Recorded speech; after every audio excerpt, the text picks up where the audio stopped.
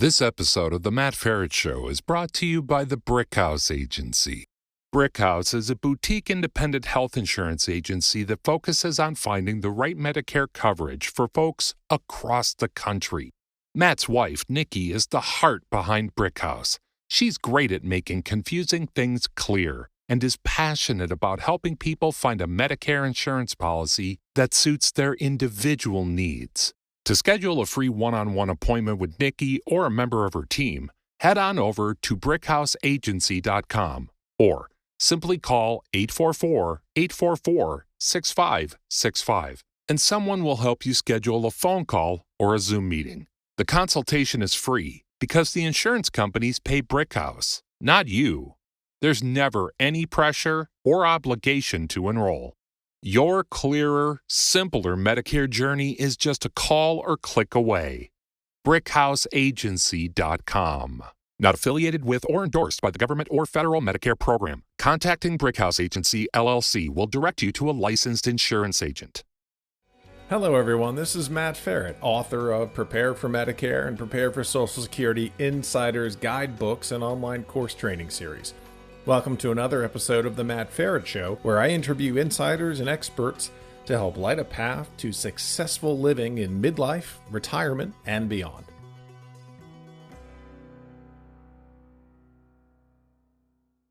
Nick, welcome to the show. Thanks, Matt. Appreciate you having me here today. I'm really thrilled you're here. It's a really cool topic. Tell everybody what you do, how long you've been doing it, and how you help people. Yeah, so I have actually been in the space for going on 17 years. We help people to manage stress and perform better under pressure. So these days, I primarily work with high functioning folks, whether they're in the athletic space or the corporate space, or parents that are just trying to raise their kids or take care of their families. We all deal with stress every day, and it's teaching them an ability to perform at our best, even when the cards are stacked against us. Prior to kind of working in the peak space where, hey, anybody can benefit from handling stress better, I come from more of a clinical background. I got my start working with kids with ADHD, anxiety, academic issues. It kind of morphed into working with adults with sleep issues, anxiety, memory loss, and our elderly patients. So it's been kind of an interesting journey these last 17 years. So you said stress and then rattled off a bunch of kind of, I don't think comorbidities is the right phrase, but by stress, you mean what? You said sleep issues, just stress that's crippling at times of high performance. Help me narrow that in a little. Yeah, it can be pretty all-encompassing, right? It's really saying, okay, am I performing at my best regardless of what's going on around me? So I'll take the athletics, for example. Pressure situation, you may have thousands or millions of people watching you. You may have a large contract you're trying to live up to. There's pressure involved with that. So what is the athlete doing to prepare themselves to perform at their best? And then when they're in competition, what can they be thinking about doing, breathing, to continue to perform optimally, both physically, but then also mentally as well, because stress can take its toll on us physically, but also mentally. And so then just that trickle down, it's not just athletes that deal with stress. I have a family, I have 2 children, I have a wife, I have a mortgage, I have a business that I'm helping to run. We all deal with stress every day. It all manifests in different ways. So it's helping to equip our clients with tools and resources to help them to continue to function, even when the environment around them is out of their control sometimes. I have to imagine, you said athletes. Yeah, I have to imagine. I mean, I can't put myself in the shoes of somebody who's on a field or on TV in a very high pressure moment. We're all kind of, I don't know, maybe jealous or just in awe of maybe some of the money they make. And they're like, they're getting paid. They can handle it. That's not true, right? I mean, they're still human and they're still going to be reacting in the way that you or I might react, which is, oh my God, there's, 25 million people watching me. You hit the nail on the head. That's what I've learned over the years, Matt, is they are normal people, just like you and me. They live their lives, though, on TV. in many cases, but they still have to go home to the same things that we deal with. You know, they got a family they're raising, they've got relationship issues, business interests that they're dealing with, but it's magnified. Yes, a lot of money helps in some cases. It doesn't hurt, but we're all humans. We're all trying to figure this thing out and dealing with the life stress. I remember one of our professional golfers we work with will oftentimes ask for a quote for our website. Say, hey, after you've gone through our program, worked with us, can you just give us a quote? And his quote was something along I'm paraphrasing, but it's, don't do this for your game, do it for your life. And it's like, oh, okay. If that wasn't a more true statement to make, because ultimately, if you're taking care of yourself physically and mentally, I think that then translates over to his game. If he's just working with us to help his golf game, he'll hopefully get benefit. But if he really views it, no, hey, we're working to help him be a better version of himself, then that's going to permeate throughout not only his golf game, but relationships and life and all of those things. Is there some sort of, I guess I'm thinking in my brain like a stacking, and all I can go back to is like my 8th grade Maslow's hierarchy of needs, like the pyramid, right? Are there places you have to start when you're talking about stress management that aren't necessarily the thing? And so what I'm thinking of is, let's say that golfer is he's playing in the PGA Championship, and it's a high pressure situation. There's a lot of money on the line. He's practiced a whole lot. He's got to get there. He's going to do camera interview, stuff that you or I don't normally do on a day-to-day basis. And my feeling is, as you're talking, it's not just about, okay, let's prep for the PGA Championship.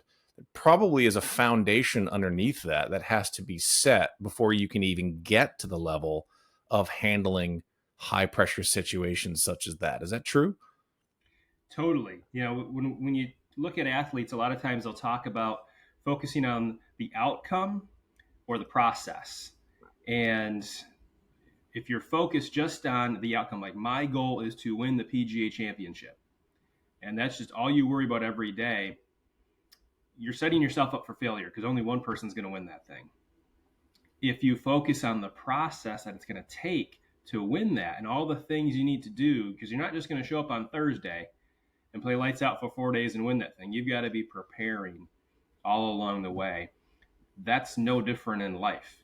If you just show up and you think you're going to, make that sale to that new customer and you didn't do any prep work for it, good luck making that sale, unless you're awesome. And I've really learned too, how we talk to our clients about our process that they're going to engage with when they work with us. That's changed over time.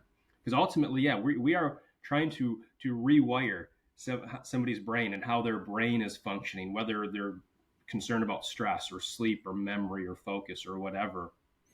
If I lead the initial conversation talking about brainwave activity, theta waves and beta brainwaves, I'm going to lose everybody right away. Their eyes perk up like you, like, what? Okay, right. So we found that the foundation, talk about hierarchy, the foundation of every conversation we start with is breathing. It's something we all do every day, keeps us alive, but most of us take it for granted and or we do it wrong. And we found that if we can spend 5 or 10 minutes showing somebody how they're breathing right now and then instructing them how to do it the right way, they feel that very quickly. It becomes a quick victory for them, and they feel the benefit of slowing their breathing down, breathing deeper. And now I've earned their trust. And now we've started them on a path to improving their health. Down the road, we can talk about brain waves, but we're not going to start there. But ultimately, we'll work our way to that. Is part of and I definitely want to get into breathing because it's something that is often overlooked, but it keeps popping up in my brain as something that's really important. And it's almost one of these things that sounds too simple to be true. I'm sure you've heard it, right? Like, I breathe involuntarily every day. Well, voluntarily, but I don't know what the word for it is, but I breathe every day. How am I breathing wrong? And how do I sit down and breathe and it actually improves things? we're all kind of worried about, well, we need to lift more weights or we need to have more me time and, a bunch of other stuff without that foundation. So I definitely want to get into that. Talk to me a little bit more about that overall stress management piece, though. So elite athletes, right? They're using their bodies, they're working out, they've gotten a certain degree of success. What about for, let's just say, elite professionals or people that are in high stress job situations? Similar as athletes, or different? What I found is people want to be like athletes. You hear the old adage, athletes want to be rock stars want to be athletes. Well, um, the average person, when they say, oh wow, look at this athlete doing this, like I want to train like that. And so yeah, and again, this is not just like the high level corporate executive that you think about. It's like the average person who just wants to be the best version of themselves. um, we can all learn how to handle stress better. And sometimes the thought process is, well, I need to go a million miles an hour. That's what's made me successful or gotten me to this point.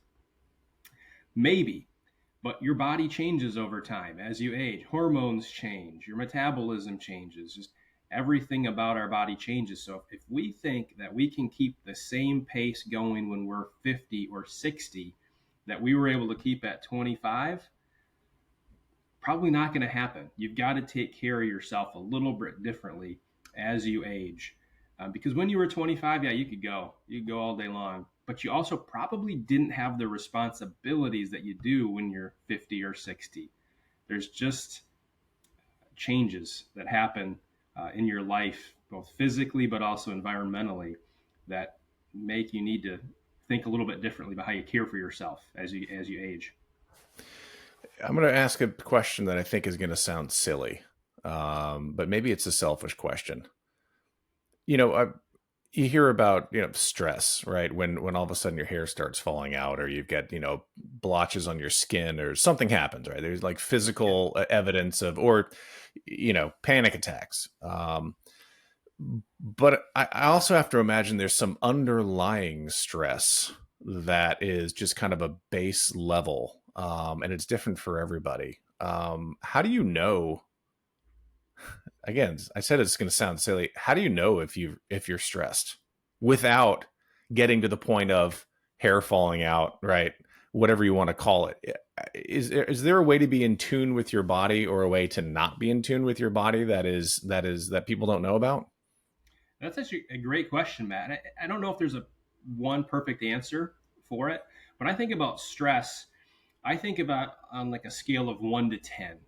Okay, if my stress level, yeah, I want to keep it around a 5 for the most part. Let's say. So I've got, because you don't want to be like a total space cadet. You need some level of vigilance or stress, focus to get through your day. All stress is not bad. You need to be locked in a little bit. But I would rather be walking into a situation with a stress level of 5 than 8 or 9.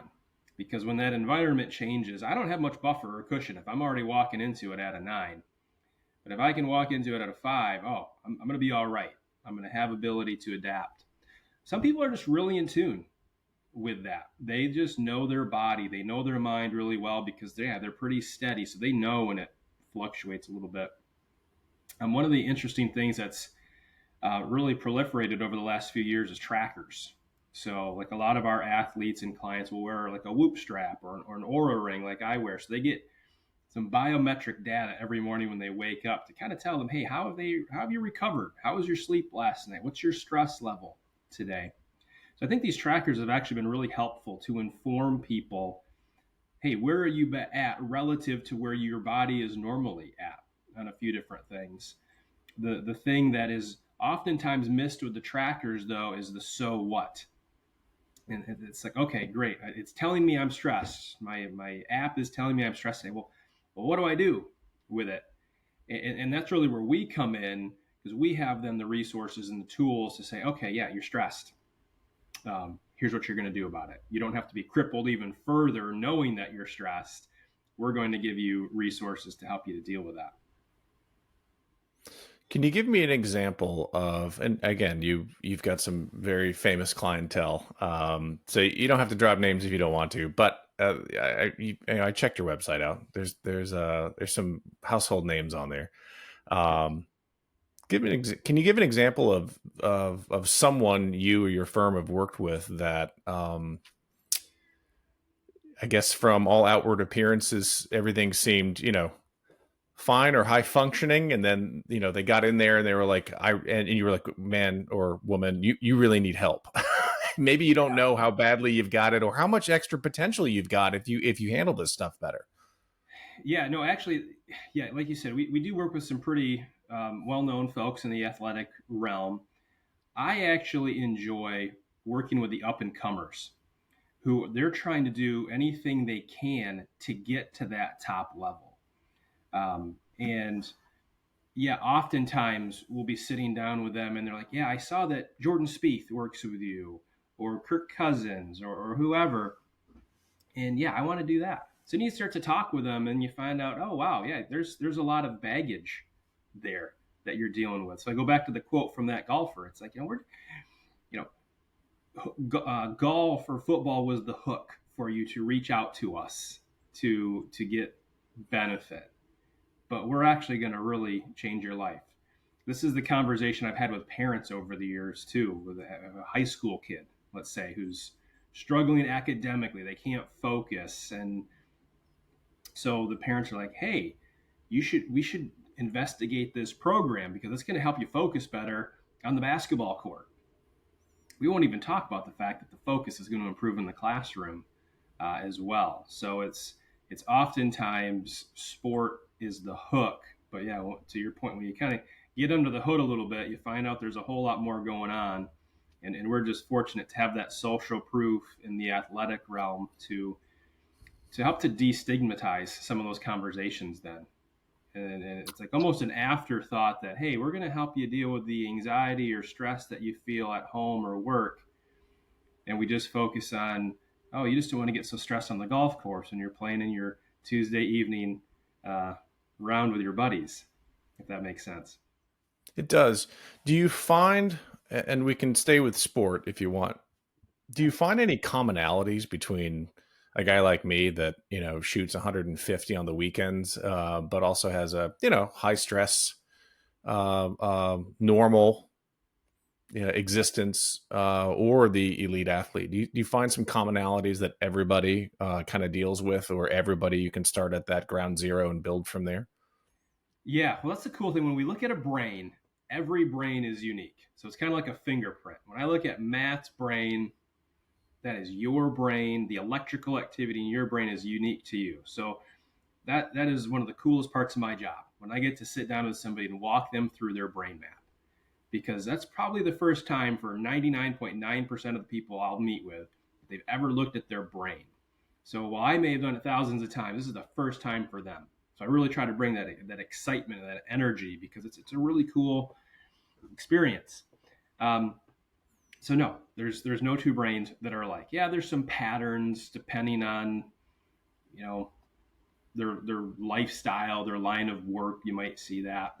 I will say the common thread, and again, I go back to what we talked about a few minutes ago. Most people are very poor breathers. When we come out of the womb, if you look at a little baby laying in a crib, you watch their belly move up and down slowly when they breathe. They're using their diaphragm. That's how we're supposed to breathe. But as we age, we tend to tighten up.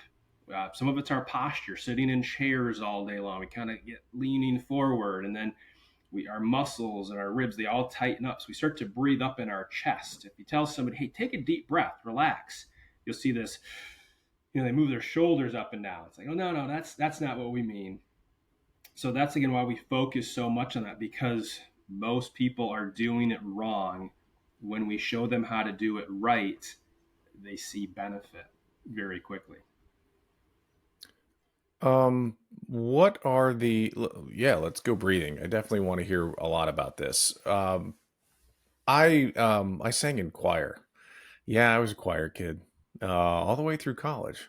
So I remember being, scolded, yelled at, whatever you want to call it, coached, instructed to breathe from your diaphragm. They used to put their fist kind of right by their stomach, and Even though I tried it a bunch and was instructed to do it, I don't think I ever did it right. So go back to the baby belly breathing. How are we supposed to be breathing?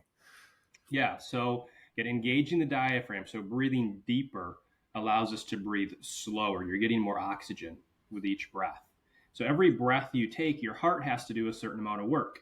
So the more breaths you take, the more your heart has to work, and that causes stress on the system. It burns energy and those types of things. So as we teach people to engage the diaphragm, you breathe slower, you're reducing the workload on the heart, which improves what is called heart rate variability. And this is a huge metric now that people are using to look at overall health. So basically, the greater the variability of your heart, the greater the elasticity, the more flexible your heart is. So as we age, our heart rate variability naturally decreases. Our heart becomes more rigid. They've also found people that deal with depression and anxiety, they have lower heart rate variability. The heart just isn't flexible anymore. It gets kind of stuck in this rigid pattern. One of the best ways to improve heart rate variability is through precision breath work, because the heart takes its cues, takes rhythms from how the lungs are operating, how we're breathing. The really cool thing then um, is that using MRI technologies over the last few years, they've been able to find that people that breathe well and have higher heart rate variability also then have better neurological functioning, specifically in their prefrontal cortex, which is the part of the brain that handles emotional response and executive functioning. So you think about people that have to make decisions all day long. Well, that's like everybody, right? People that maybe have a hard time controlling their emotions or have high stress situations, um, if they're able to breathe properly, they can directly impact the parts of the brain that handle those things. All right, so you said breathe with your diaphragm, and I already told you that I got yelled at a bunch, and I don't know that I know how to do it right. So for anybody listening or watching this, can you walk me through some steps right now? How am I supposed to breathe? Am I supposed to stick my stomach out? Am I supposed to breathe deeply? You said don't hunch my shoulders. Walk me through it. Yeah. So, and again, some people they're taught, posture. You want to, stick your chest out, you hold your stomach in, all these things. Well, that's going to make it really difficult to breathe using your diaphragm that way. So, there's a few different really simple tricks we'll use with people at the very beginning. Sometimes I'll just have them lay on the ground, like you would having a baby in the crib. Hey, lay down and put your hand on your stomach and just slowly start to inhale and exhale. Sometimes I'll have them put a book on their stomach so they can feel that and they can see that book rising. You just naturally start to use your diaphragm when you're laying down. So that's a really simple way just to kind of get them to understand how the body typically works. What I find though is I'm trying to build this into a routine for people. I'll kind of joke with people, hey, you're going to breathe for the next 10 minutes, whether you want to or not. Give me 10 minutes a day of doing it the right way, because that carryover effect is going to help you a ton. So um, when I'm teaching people how to breathe, I will actually, after we maybe laid them on the ground there, just to kind of, that's more of a fun little exercise.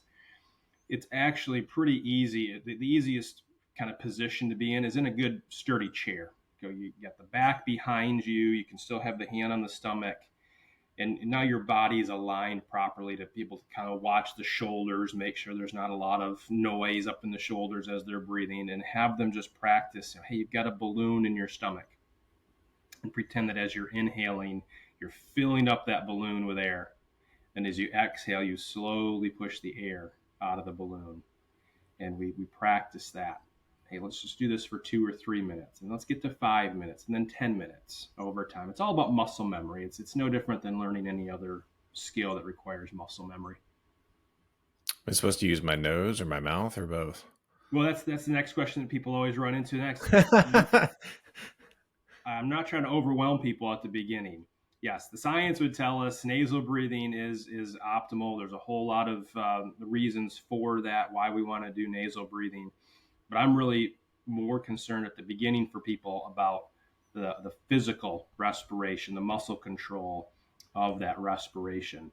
Once we tackle that, then we can start to talk about nasal versus mouth breathing.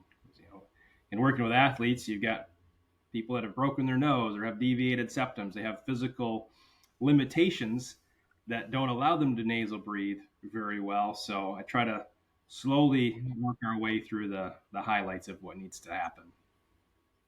And so you said 10 minutes a day is what you try to get people up to, I think, right? Yep. Yep. That'd be ideal. What morning, noon, night, anytime? Yeah, that's a great question. It depends on the person. What we've done with breathing, Matt, is we've gamified breathing, is what we call it. Because still, at the end of the day, it's breathing. It's not the most exciting thing in the world.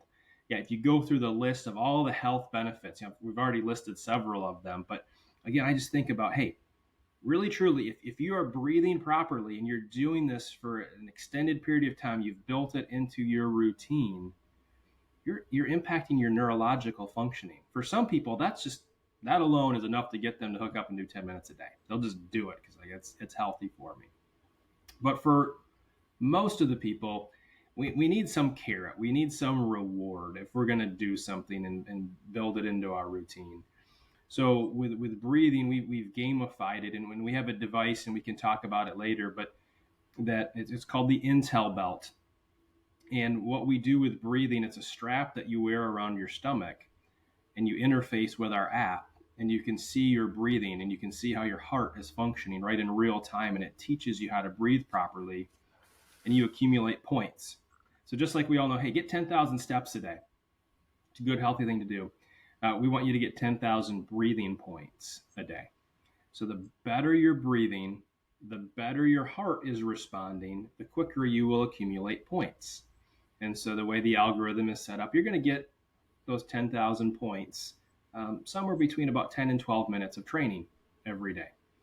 Now, a guy like me, I like to do it first thing in the morning. I wake up, I put Sports Center on so I can kind of hear, highlights of the day.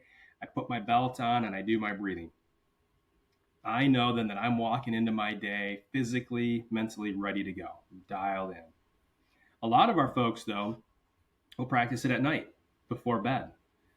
I fall asleep really quickly. I don't have any problem falling asleep. But for those people that they might lay in bed and their wheels are just spinning and they can't shut off, best time to be practicing your breathing is right before bed, because it's naturally going to start to calm the nervous system down and help you to fall asleep at night.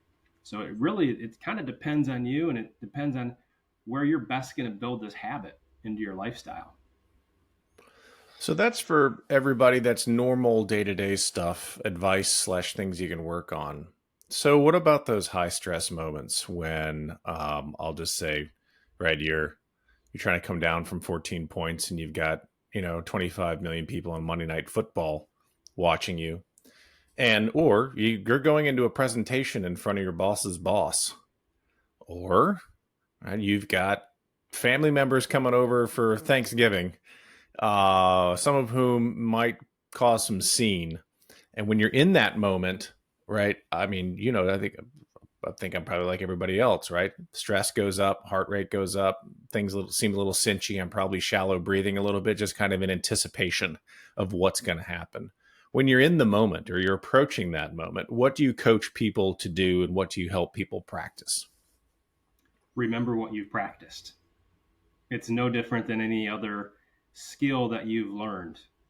Again, sports is the easy analogy, but there's a reason why golfers go to the range and they hit thousands of golf balls from the time they're 10 years old till their high school career, college, and pro career. You get that muscle memory. You fall back on what you've learned. So just like that salesperson who's walking into that meeting, or the person who's making the presentation to the boss, you've repped, you've practiced, you know what you're going to talk about. If you go into something and you just wing it, your likelihood of success isn't that great. That's why we're asking people, give us 10 minutes a day of breathing, so that when you are in that stressful situation and your stress level's gone from a 5 and now it's pushing an 8 or a 9 and you don't want to get to 10, you have that skill. Because we can say to everybody, hey, take a deep breath right now. But the person that's practiced it, they're going to get more out of that deep breath because they know how to do it the right way, and their body knows how to respond to that deep breath. because it's practiced it so much. All the systems within our body know what that cue means now. Where the person who never really thinks about their breathing, yeah, take a deep breath. Okay, yeah, placebo effect. I think I'm more relaxed. They really didn't get as much out of it as the other person. So practice makes perfect. Have you hooked people's brains up to see what happens, when they're not breathing or not doing the things that you coach, versus the things that you do coach and them actually doing them during time? Have you seen, differences, not just in, their facial expression or their furrowed brow, but have you seen, you know, brainwave activity that's different? Like, how does, from a scientific standpoint, have you seen the difference? Yeah, I alluded to some of that before using even MRI technologies. You can look at the physical structure of a brain change for people that are doing breath work over time. Uh, there are more and more people that are really interested in, yeah, how does our brain change, like in the moment when we're in certain situations, but then longitudinally over time as you implement practices, and whether it be the biofeedback breathing or neurofeedback training, which we also do, which again is rewiring how the brain functions. It's remarkable to see and quantify that change in individuals. It's not just placebo effect. They're not just thinking they're doing better. There's a reason why they're firing and functioning more efficiently. The key is you have to be intentional about improving those things. We live in a society often where we want a quick fix. We want to either pop a pill or do the latest fad diet or fad exercise routine. That's usually just not how it works in life. You have to put in the time, you have to put in the effort to get benefit. Um, so being able to quantify that benefit and show them, hey, all that work you put in, yeah, you're feeling better, which is ultimately what you care about, but we can also show you how you're functioning better. That that's a rewarding conversation for people to have, to know, okay, yeah, I did that work and here's the benefit that I'm getting from it. Yeah, brain map A versus brain map B. Look at how your brain changed. That's got to be, I don't know, it sounds really cool. They're pretty fun. Yeah, like I said, the first time you ever go over a brain with somebody, it's exciting. But then to be able to show them, hey, yeah, you did all the work. You're the one that did the training, dedicated to this work, and look at your payoff for it. Really cool conversations. You mentioned earlier that things change as you age, right? When you're 25, you can bounce back from a lot of things. Late nights out, very different in your mid 20s than perhaps in your 50s or 60s. But also, you're wiser, and you've got a lot more experience in those times. And we all know the physiological changes of aging, normal aging, and ways to combat that. What do you see in terms of, from where you sit? Where is it important? When is it important? At what ages or stages is it important to really kind of, if you have the interest to really kind of hone in on this stuff to prep for later life, or to maintain the same or similar degree of performance that you had in, early career? Yeah. So I think back to a study we published, I think about 4 years ago now.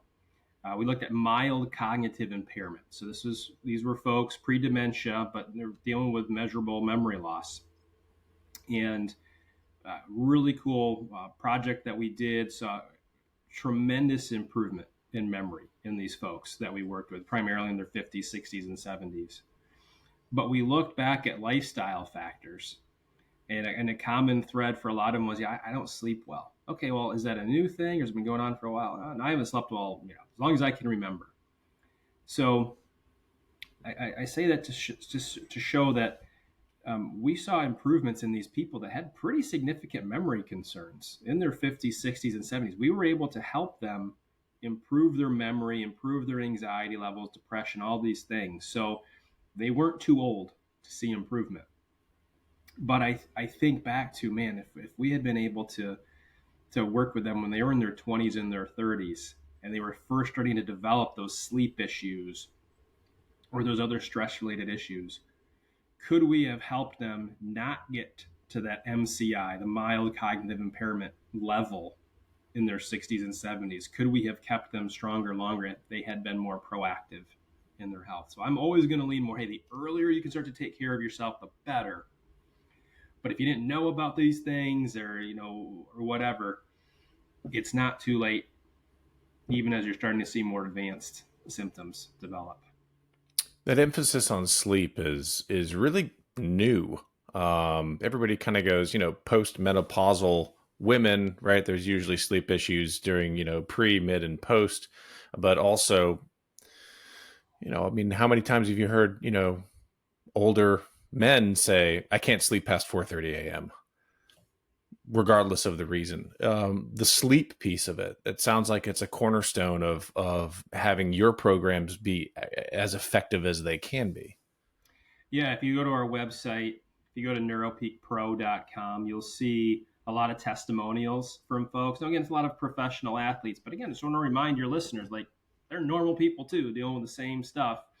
Just people know who they are. They don't know who I am. But again, a lot of the same issues. And a lot of people just talk about, hey, I noticed huge improvement in my sleep because they were regulating their nervous system. They were getting out of that fight or flight mode and allowing the body and the brain to function like it should. And so that's crucial. You hear about athletes more and more, and you mentioned, hey, everybody's talking about breathing these days. Yeah, everybody's talking about breathing. They've been talking about sleep as well. And that is so important too for us, is to make sure that we're doing everything we can to not only get enough quantity of sleep, whether it's 7 hours, 8 hours, whatever, but it's the quality of the sleep as well. So yeah, you may have a job that doesn't allow you to get straight 8 hours of sleep, or you travel a lot. Okay, we get it. There's environmental factors there. However much sleep you do get, we want to make sure that the quality is good too, so that the brain, the body is repairing itself and regenerating like it should.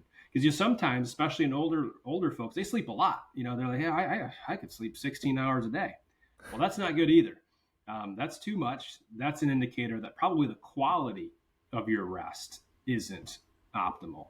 And if we could improve the quality of that sleep you're getting, you're probably going to need less sleep right there. So it's a variety of different ways that you look at sleep to measure how good it is.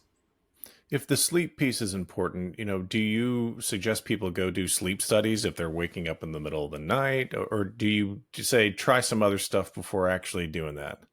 Yeah, not going to dispense medical advice here to your folks, right? Exactly. All disclaimers aside. Yeah, there's really practical things that most people can probably do before they need to get to the point of going for a sleep study, right? It's the sleep hygiene things. Hey, put an electronics away before bed. Looking at what you're eating or drinking before bed. All of these lifestyle things that we really have complete control over, that some of us just choose to neglect. And then we're like, well, I wonder why I'm not sleeping well. Well, you probably shouldn't have 2 glasses of wine right before bed. It's probably just not helpful. So if you've done all of the healthy lifestyle things, you've done what you think is best, and you're still struggling, yeah, then it's probably time to go to the primary care doctor and start to have a few more in-depth conversations. But I think most of the experts I work with and have talked with, there is so much that we could be doing on our own from a lifestyle standpoint. If we do all those things, it's going to have a significantly positive impact on most of our lifestyles and sleep. So we've talked a little bit about, aging and brain health, and what you kind of need to be cognizant of. Are there any, I've seen, lots of stuff out there on, brain coaching or online platforms of doing, mini IQ tests or heck, crosswords. My father-in-law does a crossword every morning, and I know he likes it, but I think he's also trying to keep his brain active. Are those things beneficial, not beneficial? All of them are. Why not? It can't hurt. Yeah, all of the above, right? Again, I think back to our work with mild cognitive impairment. There wasn't just one silver bullet we fired. It was a holistic approach. It was looking at breathing. It was looking at neurofeedback. It was looking at diet, supplementation, movement. Again, so much of what we struggle with, it's because we haven't made healthy lifestyle choices. So, yeah, doing Sudoku or a crossword puzzle, that's keeping you engaged mentally. So it's great. Do it. Um, but movement is crucial as well. Probably more important than doing the crossword puzzle would be, hey, can you get up and walk? Can you get up and move and walk around the neighborhood or wherever?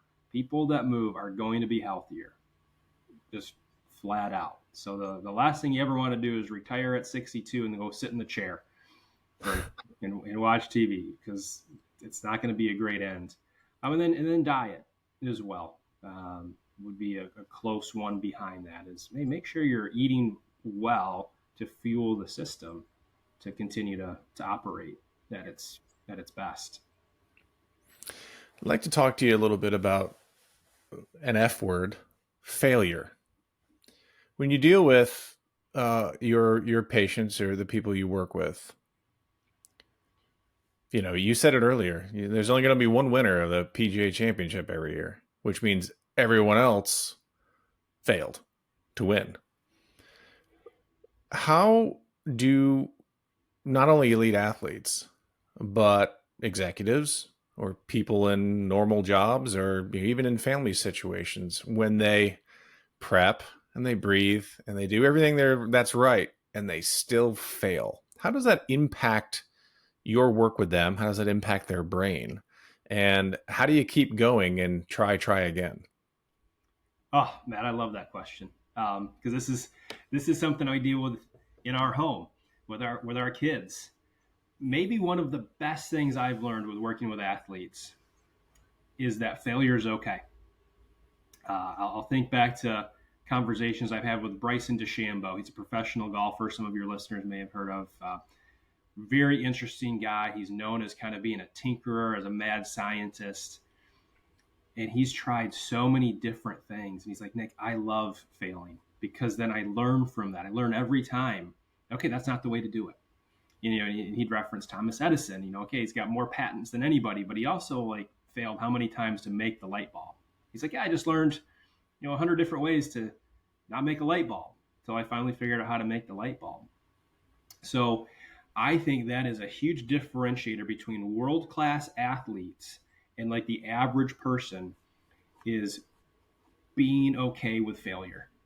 And if we could all learn that it's okay to fail, as long as you're learning from it, because it's going to make victory, make success even that much sweeter, um, we'd have a lot happier people, because so many people are just afraid to fail in life for whatever reason, whether it's the shame or the guilt or whatever. As long as you're learning from it, that's okay. And that's how you will be the best version of yourself. I had that conversation with our daughter last night. She's 15. She's a swimmer in high school. She's pretty good. But been a rough season so far, not getting the times that she wants.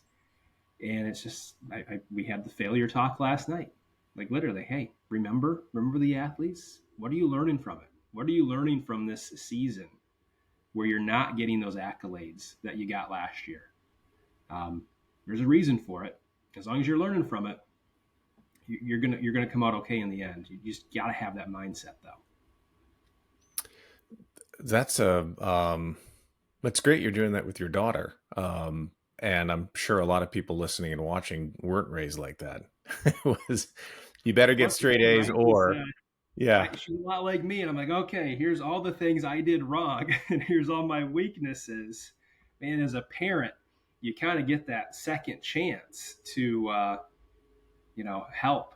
And again, I am so incredibly blessed to work with some really interesting people and learn from them and hear a different perspective, because yeah, I don't want to fail. I'm afraid of failing. I want to look good to my boss and my coworkers and all that. But if you can have that proper mindset, the mindset of the highly successful people, yeah, there's some things you maybe don't want to do. There is a cost to being highly successful, but if you can learn from them, kind of how they process things. There's a lot to be learned from folks that are at the highest level of whatever their career is. So handling failure, thank you for that. But I picked up on something you just said is what other lessons that you've learned in terms of resilience or performance or dedication have you learned from your elite athletes or your, high end executives that, they got there and they've stayed there, that we can apply as mere mortals? Any Yeah. other big lessons or takeaways that we can glean? Yeah, I kind of mentioned here a minute ago, there's a cost involved to some of this. And it's not a financial cost, it's a time cost in a lot of cases. I think to another uh, well-known golfer we work with, one of the best in the world, and talking to his trainer, said, yeah, he missed out on a lot of life because in high school, when other kids were going to the football game on Friday night or going to the dance, hanging out with their friends, he was on the range golfing. Now, yeah, he's one of the best in the world at it, but the cost was doesn't have the relationships, doesn't have that life experience that some people have. So I look at it as I want to be the very best at what I do in my line of work, but I also want to have those right priorities. And so, am I willing to put in that time? Am I willing to sacrifice certain things so that I can say I'm the world class? And that's what everybody has to kind of decide on their own, right? It's what is going to make me the best version of myself? Do I want to be known as one of the best golfers ever? Okay, well, here's what you're going to have to do. And you're going to probably have to have some genetics and all these things. Um, or, hey, the best version of Nick Bolhuis is this amount of time to this amount of time being a dad and a husband and all of that. And I think if the sooner in life that you can figure out those priorities, the better of a life you're going to have, the better you're going to feel, the better you're going to function. And sometimes it takes us a lot longer than we'd like to. Most of us it does, but the ones that are fortunate enough to figure that out, it's a great thing for you. Nick, this has been a heck of a lot of fun. What questions did I not ask about breathing and performance and lifestyle? Did I not ask that I should have? Matt, I think yeah, we've talked about a whole lot of different subjects. The thing I just want to impress upon people is you can take control of your health and your life regardless of your age. I know your audience uh, tends to veer probably a little bit older than some of the audiences I talk to, but that's fine. Like it's never too late. Our bodies, our brains are created incredibly. It's amazing to just see how we're wired, and to think that, wow, I've been struggling with something for years and years, even though I'm 75 years old. No, there are things that you can do today that are as simple as learning how to breathe better that will have a positive impact on your life. So I want that to be an encouragement to people, is no matter who's listening to this, that there are things you can do to improve the quality of your life and your health. Very simple things too. Nick, thanks so much for being on the show. Thanks, Matt. And I'll leave with this too. If people want to learn more about what we do and how we could maybe help them, everything we do is remote. So you can be anywhere in the world and train with us. If they want to check out our website, it's neuropeakpro.com. Got a lot of great resources, programs to help people with, and really, really had a fun time talking with you here today. Yep, thanks, and I'll put all those links on the website, and when we promo it, and before and after the show, we'll tag all that stuff and put all that contact information out there. Nick, thanks a lot. Good. Thanks, Matt.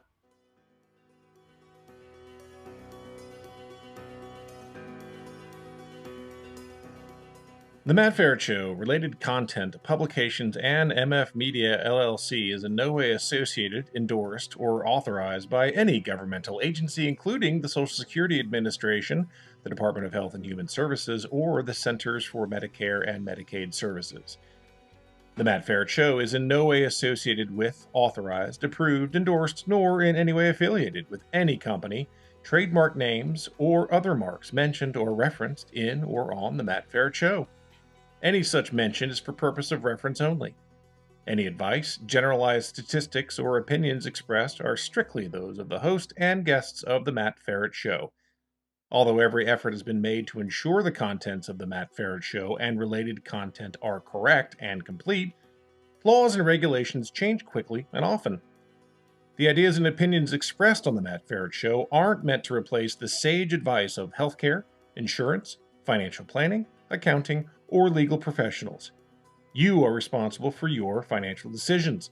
It is your sole responsibility to independently evaluate the accuracy, correctness, or completeness of the content, services, and products of, and associated with, The Matt Feret Show, MF Media LLC, and any related content or publications.